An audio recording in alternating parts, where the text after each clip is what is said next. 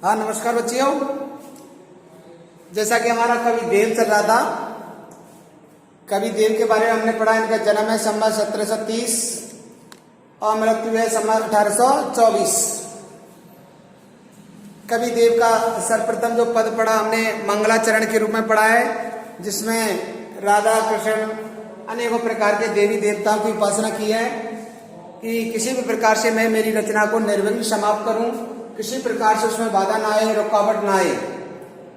तो यहाँ पर हम पढ़ रहे थे कवि देव का ऋतु वर्णन, यानी उसी को आगे बढ़ाते हुए पढ़ेंगे। ऋतु वर्णन चल रहा था, यानी कैसे कैसे कौन कौन सी ऋतु में किस प्रकार से एक प्रेमी और प्रेम का विरही और विरही जन जो है उनको किस प्रकार से तड़पन होती है, किस प्रकार से अपना जीवन व्यतीत करते हैं और किस प्रकार से कष्ट में जीवन यापन होता है उनका, उन सबका यहाँ पर वर्णन किया गया है।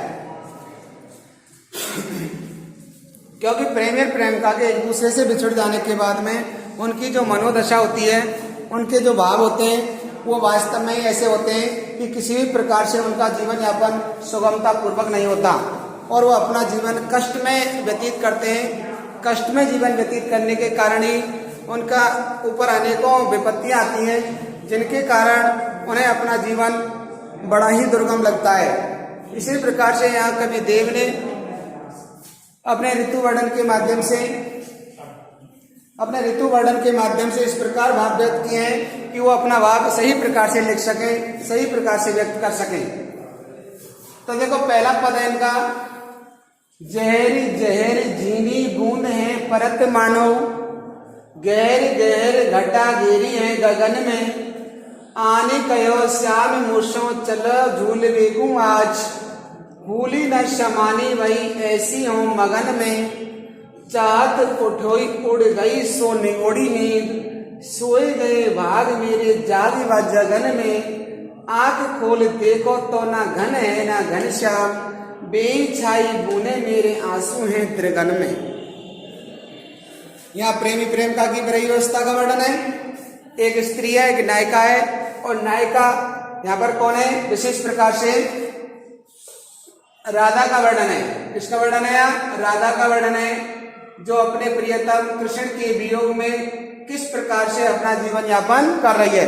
कष्ट में जीवन, यानी अनेकों प्रकार से उन्हें मुसीबत हो रही है, अनेकों प्रकार से उन्हें कष्ट में जीवन व्यतीत करना पड़ रहा है। किस प्रकार से हुआ देखो, एक नायिका यानी कि राधा, अब राधा की क्या मनोदशा हो रही है, किस प्रकार से वो अपना जीवन व्यतीत कर रही है। तो देखो नायिका है, राधा है, वो सोई हुई है और सोते हुए उसे सपना आता है और सपने में किस प्रकार से हाव भाव व्यक्त करती है उसका यहाँ बखूबी वर्णन किया है। तो जहर जहर झीनी बूंद है परत मानो, मानो ऐसा लग रहा है, प्रेक्षा हो रहा है, प्रेक्षा अलंकार हो रहा है, मानो ऐसा लगता है, ऐसा आभास हो रहा है, यानी कि सपना चल रहा है। स्वप्न में क्या हो रहा है? जहर जहर झीनी बूंद है परत मानो, जहर जहर मान होता है धीरे धीरे, झीनी माने बारीक बारीक छोटी छोटी, जैसे झर लग जाते हैं झर, तो उसमें बारीक बारीक धीमी धीमी मध्यम गति से बारिश होती है, धीरे धीरे बारिश होती है, ज्यादा मोटी मोटी बूंदें ना पड़ के थोड़ी थोड़ी झीनी झीनी बूंदें पड़ती हैं। तो झीनी बूंदें यानी कि बिल्कुल छोटी छोटी बूंदें पड़ रही हैं, बारीक बारीक है, और जहर जहर यानी लगातार बारिश हो रही है। तो जहर जहर माने एक प्रकार से लगातार, झीनी माने झीनी बूंद माने धीरे धीरे छोटी छोटी बूंदें पड़ रही हैं, फुहारें पड़ रही हैं, फुहारें। परत है मानो, यानी ऐसा लग रहा है कि धीरे धीरे मध्यम गति से छोटी छोटी बूंदें पड़ रही हैं, फुहारें पड़ रही हैं। वो क्या था ऐसे समय में? गहर गहर घटा घेरी है गगन में, गहर गहर माने गहरा गहरा करके, उमड़ उमड़ करके, घटा माने घटाएं, जिस प्रकार से वो घटाएं होती हैं, आकाश में बादल मडरा करके आ जाते हैं, उमड़ घुमड़ के आते हैं। तो गहर गहर माने गहरा गहरा करके, उमड़ घुमड़ करके, घटा माने बादल, घेरी है गगन में, इस गगन को घेर लिया है, यानी चारों तरफ से उमड़ घुमड़ करके बादल आ गए और पूरे गगन माने आकाश को घेर लिया है, अर्थात पूरे आकाश में बादल ही बादल नजर आ रहे हैं। बादल ही बादल व्याप्त हैं, अर्थात संपूर्ण आकाश को बादलों ने आच्छादित कर दिया है। आने कहो श्याम मौसम चलो झूल बेकू आज।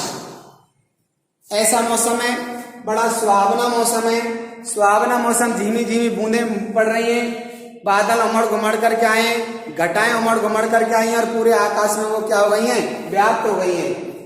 आनी कहो श्याम मौसम, ऐसे मौसम में, ऐसे सुहावने पल में आनी कहो माने आने को कहा, श्याम माने कृष्ण ने, मौसम माने मुझसे, राधा की मनोदशा है, यानी राधा कह रही कि मुझसे श्याम ने आने को कहा, यानी मिलने के लिए कहा ऐसे सुहावने मौसम में। और क्या कहा, चलो झूल बेकू आज। आज माने आज, हम कहाँ चलते हैं, चलो माने चलिए, झूल बेकू यानी हम झूलने के लिए चलते हैं, झूला झूलते हैं। झीमी झीमी बूंदें पड़ रही हैं, गहर गहर घटा घेरी, यानी आकाश में उमड़ घुमड़ करके घटा आ गई हैं, चारों तरफ बादल ही बादल नजर आ रहे हैं। ऐसे सुहावने मौसम में, ऐसे सुंदर मौसम में श्री कृष्ण ने आकर के राधा से कहा कि चलो आज कहाँ चलते हैं, झूलने के लिए चलते हैं, झूला झूलते हैं आज। तो देखो राधा की क्या मनोदशा हुई, फूली ना समानी, भाई ऐसी हूं मगन में। राधा कह रही है फूली ना समानी, मैं फूली नहीं समाई। मैं बहुत ज्यादा प्रसन्न हो गई, बहुत ज्यादा खुश हुई कि श्री कृष्ण ने, मेरे प्रियतम ने स्वयं आकर के मुझसे कहा है कि चलो आज कहाँ चलते हैं, झूला झूलने के लिए चलते हैं। तो फूली ना समानी, मैं फूली ना समाई, मैं अपने आप में ना समा पाई, मैं बहुत ज्यादा प्रसन्न हुई, मैं बहुत ज्यादा खुश हुई। भाई ऐसी हूं मगन में, मैं ऐसी मगन हो गई, इतनी प्रसन्न हुई। इतने में होता क्या है, जब राधा इतनी खुश हो रही है, इतनी प्रसन्न हो रही है, तो क्या हुआ, चाहत उठोई। मेरी चाहत किसकी हुई, उठने की, कि चलो खटिया में जो सो रही है तो उसे उठना तो पड़ेगा। जैसे ही चाहत हुई, यानी वो उठना चाहा, तो ऐसे में क्या हुआ, चाहत उठो यानी मैं उठना चाही। उड़ गई सो निगोड़ी नींद, उठ गई यानी मैं तो नहीं उठी, मैं तो खाट में सोई रही, मैं उठना चाहिए। देखो चाहत उठोई, मैं चाहत मेरी कैसी थी, उठने की, जागने की। उठ गई सो निगोड़ी नींद, अरे मैं तो नहीं उठी, मैं तो नहीं जागी, नहीं खटिया पे सोटी, लेकिन मेरी क्या उठ गई, क्या उड़ गई, नींद उड़ गई। निगोड़ी, निगोड़ी माने होता है एक प्रकार से जिसको कोई आश्रय ना मिले, एक प्रकार से यहाँ बेशर्म यानी बेहया, निर्लज्ज, मेरी नींद उड़ गई। अरे ऐसी बेशर्म नींद थी, थोड़ी नींद और आती तो मैं झूला झूलने के लिए जाती। झीमी झीमी बूंदें पड़ रही थी, उमड़ घुमड़ करके बादल आए थे, ऐसे मौसम में मैं श्री कृष्ण के साथ में झूला झूलती तो बड़ा आनंद आता। लेकिन मैं जैसे ही उठना चाही, श्री कृष्ण ने कहा कि चलो झूला झूलने के लिए, मैं जैसे ही खटिया में से उठना चाही, मैं तो उठ नहीं पाई, लेकिन मेरी क्या उड़ गई, निगोड़ी नींद उड़ गई, अर्थात मेरी नींद खुल गई, अर्थात मुझे चेत हो गया, मैं जाग गई। अब क्या हुआ, जाग गई तो मैं पहले सोई हुई थी, सपने में चल रहा था सारा दृश्य, लेकिन यहाँ पर आंखें खुल गई हैं। आंखें खुलते ही होता क्या है, वो जाग गई है राधा, और जागते ही होता क्या है, सोए गए भाग मेरी जागी व जगन में। अब तक मैं सोई हुई थी, अब कौन सो गए, मेरे भाग्य। देखो सोए गए भाग, अब मेरा भाग्य सो गया। अब तक मैं सोई हुई थी, मेरा भाग्य जाग रहा था, मैं सो रही थी, मुझे मेरे प्रियतम का मिलन सुख प्राप्त हो रहा था। अब मैं जागी, सोए गए भाग, जैसे ही मैं जागी मेरे भाग्य सो गए, मेरे भाग्य सो गए, अर्थात मेरे भाग्य में वही लिखा, क्या लिखा, मेरे जाग व जगन में। अरे मेरे भाग्य सो गए, जाग व जगन। जैसे ही मैं संसार में आई, जैसे ही मुझे होश आया, मैं जागी तो क्या देखा मैंने, देखो सोए गए भाग मेरे भाग्य सो गए, जाग व जगन में। मैं जैसे ही जागृत हुई, जैसे ही मेरी नींद खुली, मैं इस संसार में वैसी की वैसी ही पाई जैसी पहले थी। और वैसे पहली कैसे थी, आंख खोल देखो तो ना घन है ना घनश्याम। जैसे ही मैंने आंख खोल कर देखी, आंख खोल देखो, आंख खोल करके मैंने देखा तो ना घन है ना घनश्याम। तो ना तो कोई घन माने बादल है और ना ही घनश्याम माने कृष्ण है, मेरा प्रियतम है। अभी अभी यहाँ गहर गहर घटा आ रही थी, झीनी झीनी बूंदें पड़ रही थी। श्री कृष्ण ने मुझे झूला झूलने के कहा, लेकिन मेरी जैसे ही आंखें खुली तो मैंने आंख खोल करके देखा, ना तो घन माने बादल हैं और ना ही घनश्याम माने मेरे प्रियतम श्री कृष्ण हैं। तो क्या है फिर? बेछाई बूंदे मेरे आंसू हैं त्रिगन में। बेछाई बूंदे, बे आंखों में बूंदे छाई हुई हैं। कौन सी बूंदे? कौन से आंसू? जो हमेशा मेरी आंखों में आते ही रहते थे। हमेशा मुझे श्री कृष्ण की याद में वो आंसू आते थे, मैं रोती रहती थी। वही आंसू मेरे आंखों में आए हुए हैं और वही आंसू धीमी धीमी बूंदें पड़ गई हैं। वही आंसू मेरे घटा बन गई हैं सपने में। और मैंने आंखें खोलकर देखी तो बेछाई बूंदे, वही मेरी आंखों में बूंदें छाई हुई हैं। वही मेरी आंखों में बूंदें समाये थे। वही मेरी आंखों में बूंदें निकल रही, आंसू बह रहे हैं। आंसू हैं त्रिगन में और मेरी त्रिगन वाले आंखों में मुझे आंसू ही आंसू नजर आई। तो मैं जागी, मेरे भाग्य सो गई। मैं सोई हुई थी, मेरे भाग्य जाग रहे थे। अरे मैं सो रही थी, मेरे भाग्य जाग रहे थे। मुझे मिलन हो रहा था मेरे प्रियतम कृष्ण से। घटाएं उमड़ घुमड़ करके आ रही थी, मध्यम गति से बारिश हो रही थी। जैसे ही मैं जागी मेरे भाग्य सो गए। तो इस प्रकार से ऋतु वर्णन में बताया है राधा के माध्यम से कि धीमी धीमी बूंदें पड़ रही हैं, मध्यम गति से बूंदें पड़ रही हैं, फुहारें पड़ रही हैं, आनंदित करने वाली बारिश हो रही है। उमड़ घुमड़ करके पूरे आकाश में घटाएं उमड़ घुमड़ आई हैं। और ऐसे मौसम में, ऐसे सुहावने मौसम में श्री कृष्ण ने अपने प्रेम का राधा से कहा है कि राधा चलो आज हम झूला झूलने के लिए चलते हैं। तो राधा उठना चाहिए कि बताओ मेरा प्रियतम मुझसे स्वयं मिलने के लिए आतुर है, स्वयं मुझको झूला झुलाने के लिए कह रहे हैं। कहाँ मैं अपने प्रियतम को प्राप्त करने के लिए इतना प्रयास करती थी, फिर भी मुझे प्राप्त नहीं होते थे। लेकिन आज उन्होंने स्वयं मुझसे आकर के कहा है। तो राधा जैसे ही खुशी में उठना चाहिए तो वो उठी और उसके भाग्य सो गई। क्यों? क्योंकि सपने में उनसे मिलन हो रहा था अपने प्रियतम से, लेकिन जागने पर उसे वो श्री कृष्ण तो दिखाई नहीं दिया। और क्या दिखाई दिया? वही बूंदे छाई थी, वही आंसू थे आंखों में जो हमेशा आते रहते थे, जो हमेशा अपने प्रियतम की याद में सो आए रहते थे। वही आंसू मुझे नजर आए। आगे वाला पद क्या है देखो। नाचत मोर नचावत चाते, गावत दादर आर भट्टी में, कोकिल की किलकार सुने बिरही बपरे इस घूंटे घटी में, अंबर नील घनी घन माल भूमि बनी बन माल तटी में, सामर प्रीत मिले जल के घन दाम निशे घन श्याम पटी में। कितना बढ़िया दिया है। वही ऋतु वर्णन है, वही बरसात का मौसम चल रहा है। नाचत मोर नचावत चाते, नाचत मोर माने मोर नाच रहे हैं। जब बादल आते हैं उमड़ घुमड़ करके, बादलों की जब गड़गड़ाहट होती है, बादलों का जब शोर होता है तो दादर नाचत मोर, क्या मोर माने मोर, नाचत माने नाचने लग जाते हैं, कुहुकने लग जाते हैं, नचावत चाहते। और चातक पक्षी भी नाचने लग जाता है। चातक पक्षी जो स्वाति नक्षत्र की बूंद में से जो जल की बरसात होती है, जो जल बरसता है उसी को ही ग्रहण करता है। आकाश की तरफ अपनी चोंच को फाड़ के रखता है। बादल में से जो बूंद बरसती है, बादल में से जो पानी आता है उसी को अपने कंठ में ग्रहण करता है, उसी को पीता है। तो उसका प्रेमी है बादल। उसका प्रेमी कौन है? बादल।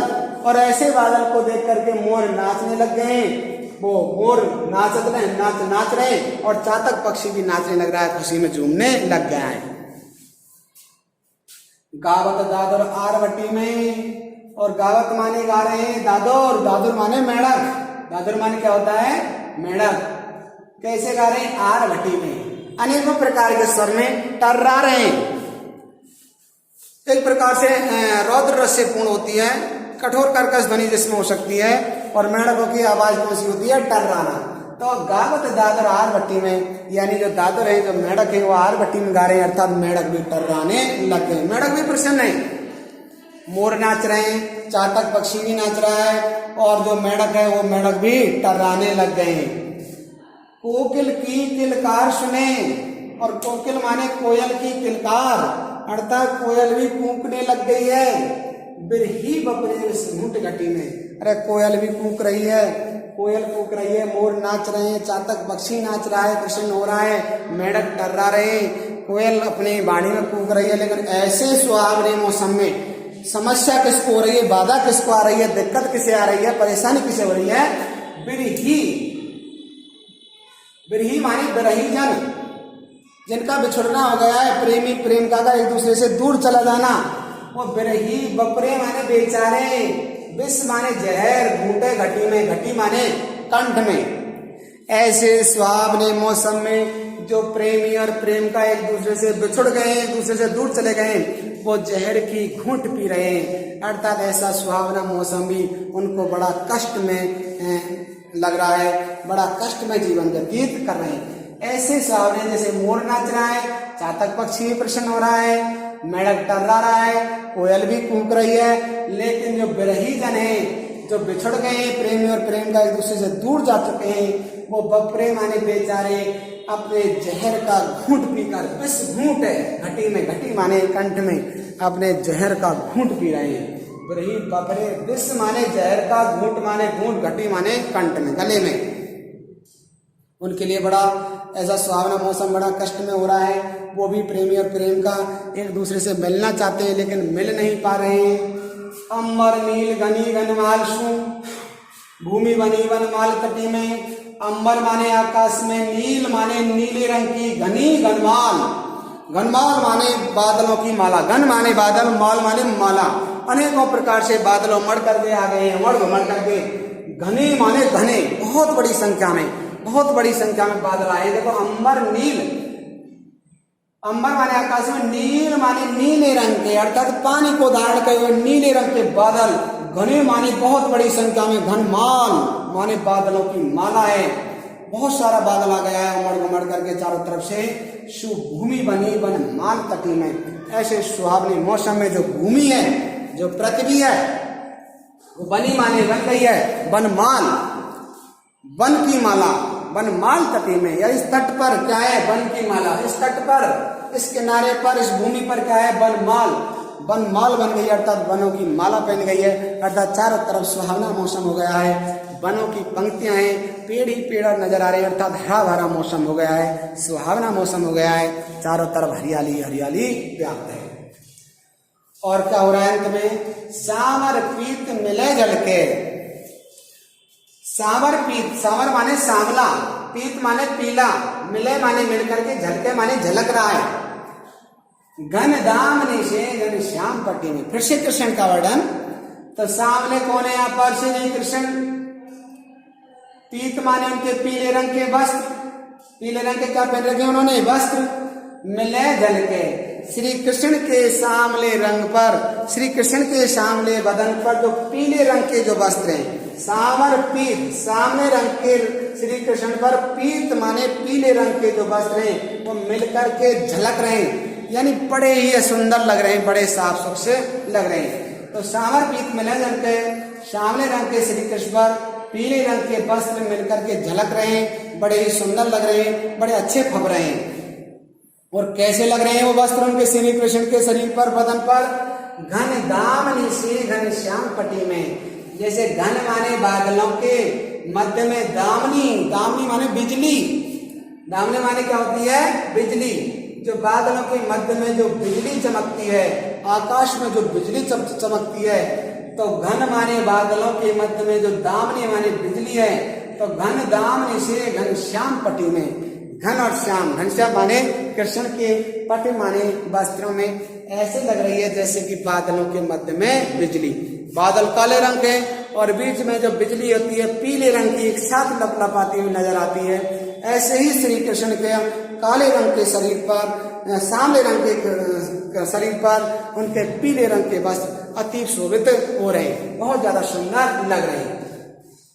तो मोर नाच रहे हैं, चातक पक्षी भी प्रसन्न हो रहा है, नाच रहा है, और जो मेढक है वो टर्रा रहे हैं, कोयल भी कूक रही है। लेकिन एक ही समस्या है, ऐसे सुहावने मौसम में केवल बिरही जन है, जो प्रेमी और प्रेम का एक दूसरे से बिछुड़ गए, वो बेचारे विष का घूंट पी रहे हैं, जहर का घूंट पी रहे हैं। अर्थात इतना सुहावना मौसम में उनके लिए कष्ट में हो रहा है। और ऐसे बादलों के बीच में बिजली चमक रही है, आकाश में चारों तरफ बादल उमड़ घुमड़ करके आए हैं, चारों तरफ आकाश में पृथ्वी पर हरियाली छा गई है। और श्री कृष्ण ने ऐसे सुहावने मौसम में अपने सांवले रंग के शरीर पर पीले रंग के वस्त्र धारण कर रखे, जो ऐसे सुशोभित हो रहे हैं मानो बादलों के बीच में बिजली चमक रही है।